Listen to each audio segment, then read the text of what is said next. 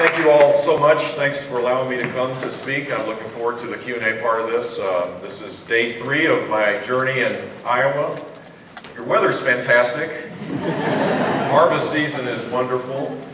I'm kind of a technology innovation geek, and when you go out to the West Coast, they're very proud of the technologies that exist in Northern California. Diseases are being cured. There's all sorts of really cool things going on. But I think that the technology and innovation that exists here in Iowa is just incredible. If you, as I did yesterday, drive from the east side of Iowa to Des Moines, you see the precision cutting in the fields, and it's extraordinary. There's not a single gram of crop that is wasted. The talent and the innovation and the increasing yields really is something to be inspired by. And in fact, I believe we're on the verge of the greatest time to be alive. If we just kept our eyes open and our ears open and kind of stuck in an upright position, I'm always scolded that because I'm 6'4", I'm kind of slouching down too much, so let's see if I can get going here this morning. If you stand up and watch what's going on, this country's on the verge of the greatest time to be alive. That's what I believe.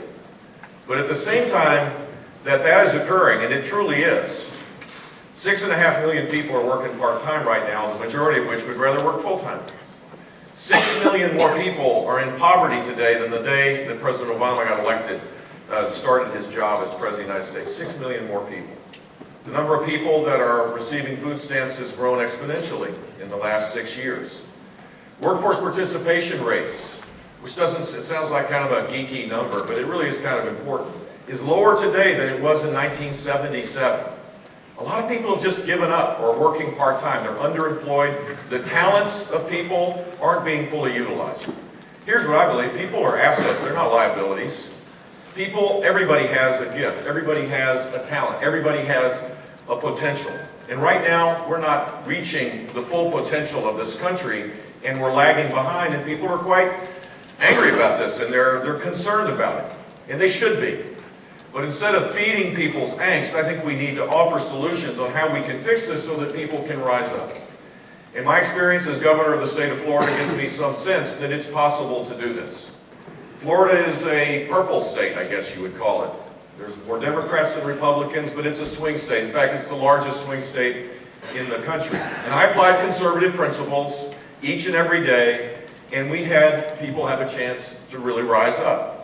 I cut taxes every year totaling $19 billion. To remind everybody, because some of you may visit my state, we don't have an income tax, so it takes some doing to cut every year that kind of cumulative tax cuts. They called me Veto Corleone because I used the power of the line item veto, a power that the next president should have, a version of a line item veto, to be able to bring budget discipline to Congress, a place that it hasn't seen much discipline. In fact, they haven't passed budgets very often in the last few years because of the gridlock. 2,500 separate line items in the budget were crushed, vetoed. I didn't do it out of spite. I did it because it didn't go through the proper process. Influential members of the legislature or Congress shouldn't just have the power to put things in a line item in the budget because they're powerful. It ought to be part of a strategy. Government should live within our means. My objective was that personal income in our state would grow faster than government income, and it did. Government income grew by about 2.5%, something like that, and personal income grew by double that. People in the great middle of our country, and certainly in Florida, per capita income or disposable income grew by more than $1,000 in real terms during my 8 years. $1,000 each and every year is quite a bit of money. It allows people to save for a rainy day, to make sure their child can go to a university of their choice. It allows them to take a vacation. Hopefully they did that at Disney World. You're always a shameless promoter of the state that you served in. And the simple fact was that people had a chance to make ends meet. I think that's what we need in Washington, D.C. We need a line item veto power for the president, for sure. I believe we ought to have a balanced budget amendment for the federal government. Every state has it but one. Why shouldn't the federal government live within our means? And today, there's no interest in that. The simple fact is our debt now totals $18 trillion. No one is challenging how we deal with the out-year costs that are going to create exponential problems for all of us if we don't solve this problem. I think that legislators in Iowa, when they get elected, they do what they do in Florida, which is they show up to work. And if they don't show up, they have to have an excused absence. That's what most state capitals have. In Washington, we elect people and then they don't show up to work. Well, my belief is there ought to be a deduction in pay for every time you miss a committee or miss a vote in Congress. They are our servant, not our masters. And today, the feeling is the exact opposite. We need career civil service reform in Washington, D.C. If you take the like-kind jobs between the private sector and federal government, you add wages and benefits, they have lifetime employment. They also have about 30% more in wages for the like-kind jobs. It's wrong. You should not have lifetime employment for any job, because what happens is you get lethargic. You don't have a servant's heart. You forget why you're there. Look at the Veterans Administration, an administration of over 300,000 employees. They came up with an interesting idea. Let's bonus the managers for reducing the waiting list. A lot of veterans were not getting care. The waiting lists in many of the areas of the country were way too large. So they came up with this plan. I guess they probably should have thought that reducing the waiting list also meant that they should be receiving the care. But in fact, that didn't happen. And veterans died, and people got bonuses, and 3 people got fired. Now, Washington is broken. There's no question about that. But just saying how bad things are is not the solution. Doing something about it is the solution. When I was governor of Florida, we did have career civil service reform, and in my re-election, I had thousands of volunteers from other parts of the country that came down to try to take me out politically. I welcomed them to the state, hope they spent a lot of money making sure our economy grew. That's democracy. I have no problems with people disagreeing with me, and they acted on that disagreement in a pretty well-organized way, but I won.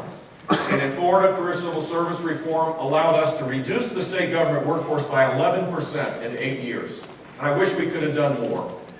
The size and scope of government is not the measurement of its success. It's how effective the services are. In Florida, we had procurement reform. In places, it didn't work perfectly, but I promise you, it worked a lot better than it does in Washington, D.C., where it takes $800 million to build a internet site for healthcare.gov. Or the procurement process to create a hospital that right now is $1.9 billion in Aurora, Colorado. It's supposed to cost around $300 million. Is anybody accepting responsibility and accountability for what goes on in D.C.? Nope. It's always the dog ate my homework. It's just like, it reminds me when I was mentoring a child every Wednesday morning in middle school, at Raw Middle School, and my kid, my mentee, would always come and say, oh, I couldn't find my homework, I couldn't find the papers. And we'd go back there, it was like going into an archaeological dig in the bag of this kid. And we got it all organized, but he always, eventually he accepted responsibility. And we did the homework together. And the kid had a chance to be able to go on to the next grade. In Washington, no one even acts like an 8th grade kid or a 7th grade kid. It's always someone else's fault. We demonize the entire process. We need to reform Washington so that we can get back on track and create high sustained economic growth where more people have a chance at earned success. That should be our mission. And until the culture of Washington changes, which requires the kind of leadership that doesn't push people down to make everybody else look good, accepts personal responsibility and accountability to the problems we have a zeal for reform because there's so many systems are broken, have some personal experience from the private sector and government to make this work. That's how you change the culture in Washington, and I pledge to you that I will do it. And I'll do it in a way that I guess is like Iowa nice. I'll do it with civility. I'll do it with passion. I'll do it with conviction. I'll do it with energy. But I don't believe this because people disagree with me that they're wrong or they're bad. They just disagree with me. They may be wrong, and I'd like to persuade them of that. But the simple fact is we're never going to solve our problems unless we create a different culture in Washington. And if that happens, my expectation and my hope would be that we would focus on how do we grow the economy again the way we used to. How do we create 4% growth instead of 2% growth? I don't know about you, but the new normal, that's the term that kind of makes me a little nauseous when I hear it because it's so defeatist. It's so pessimistic. It's so limiting on our aspirations. 2% growth means that more people are going to be stuck in poverty. Intergenerational poverty will become the norm. 2% growth means demands on government will grow far faster than our ability to pay for it. 2% growth means that the median income will continue to be in decline, as it is right now. in the 6th year of recovery, $2,000 down from the start of the recovery. It's never happened in American modern history. 2% growth should be rejected out of hand. So how do you get to 4% growth? You reform the tax code first and foremost. I have a plan to do that with all the details to allow those plans to be challenged. I'm all happy about that. My personal belief is the corporate rate should go from the highest in the industrialized world of 35% down to 20%.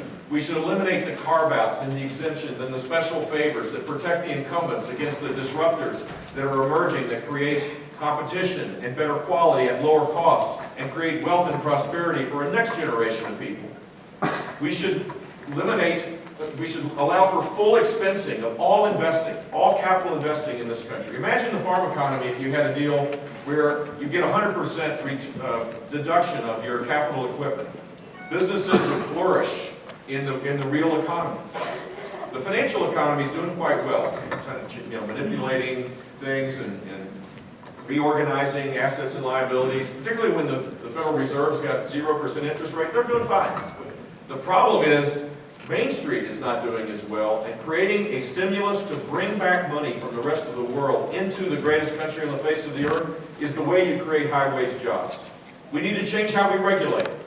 There are regulations now that are stifling the ability to rise up. The Waters of the United States rule. For the first time, now states have, in the case of Pennsylvania, 99% of all land now will have to comply with the waters of the United States. It used to just be navigable waters.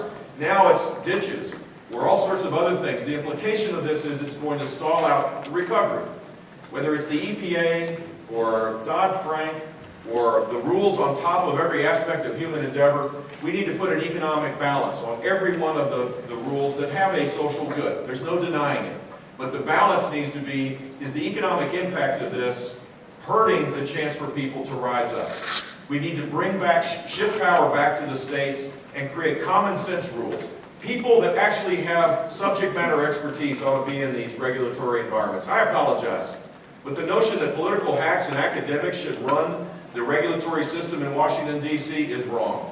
$1.9 trillion of costs on top of Americans and the enterprises that they work in is stifling our ability to compete in an increasingly competitive world.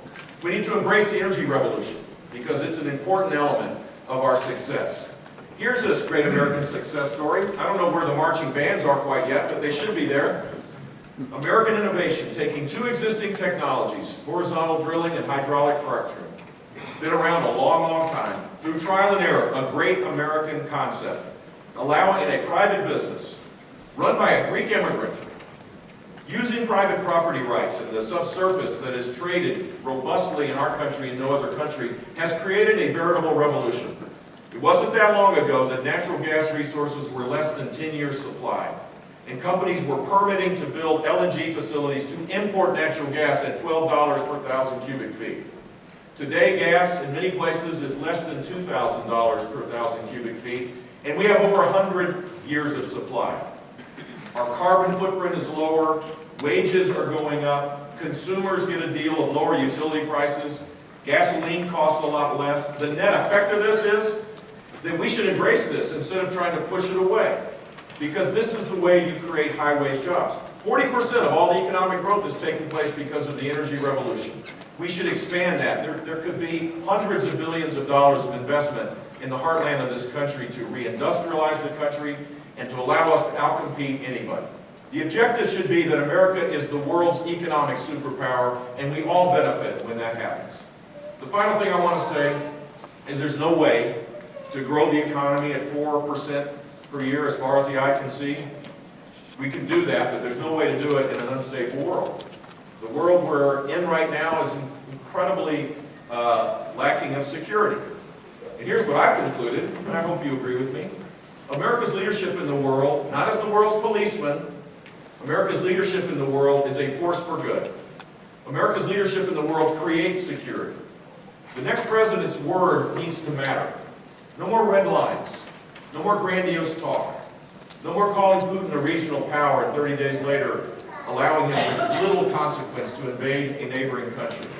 No more suggesting that we're pivoting to Asia and then to taking no actions as China begins to build a military capacity in the South China Sea and take over territory that is not theirs based on international law. The United States needs to lead. Our friends need to know that we have their back, and our enemies need to fear us a bit. Name one country in the world where our relationship is better today than it was the day that Barack Obama got elected president. That's actually a question. Cuba, normally people say, and Iran. There are a lot of questions, a lot of places, including Canada, certainly Israel, most of Latin America, most of Asia right now, wondering where the United States is. Are they a reliable partner? Will they be there? Will the alliances be maintained? And restoring that is the means by which we can create an environment where we can grow together. The simple fact is you can't withdraw from the world and be successful economically, and we have to be successful economically if we want to create peace and stability in the world. Those two things together is the mission, I believe, of the next President of the United States. The final thing I'd say relates to style, relates to character, relates to something that is kind of counterintuitive these days. You know, if you watch, anybody watch the debates? Like 25 million people watched it. If you showed up here at 8 in the morning, I'm pretty certain that you're interested in politics. So and what I've concluded, watched it, I was right there. What it validated for me is it's not about the personalities on the stage. It's not about the big voices and the grandiose talk. It's about people that are really struggling. So when I wake up each day, I'm thinking, wow, running for President of the United States, the most amazing country on the face of the earth. What an honor, what a privilege. I want to share my love and joy for this country, and I want to give people hope that they can rise up. My energy, my passion, my conviction are for the people that are really struggling right now. Like a single mom in a big urban area that has got her child on a waiting list to go to a high-performing charter school, but is languishing on that waiting list, and they're stuck in a failing school.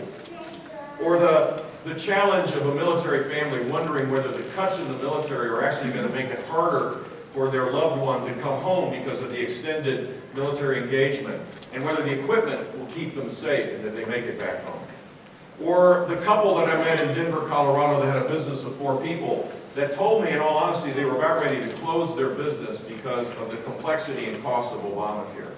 There are a lot of people that are not looking for a handout.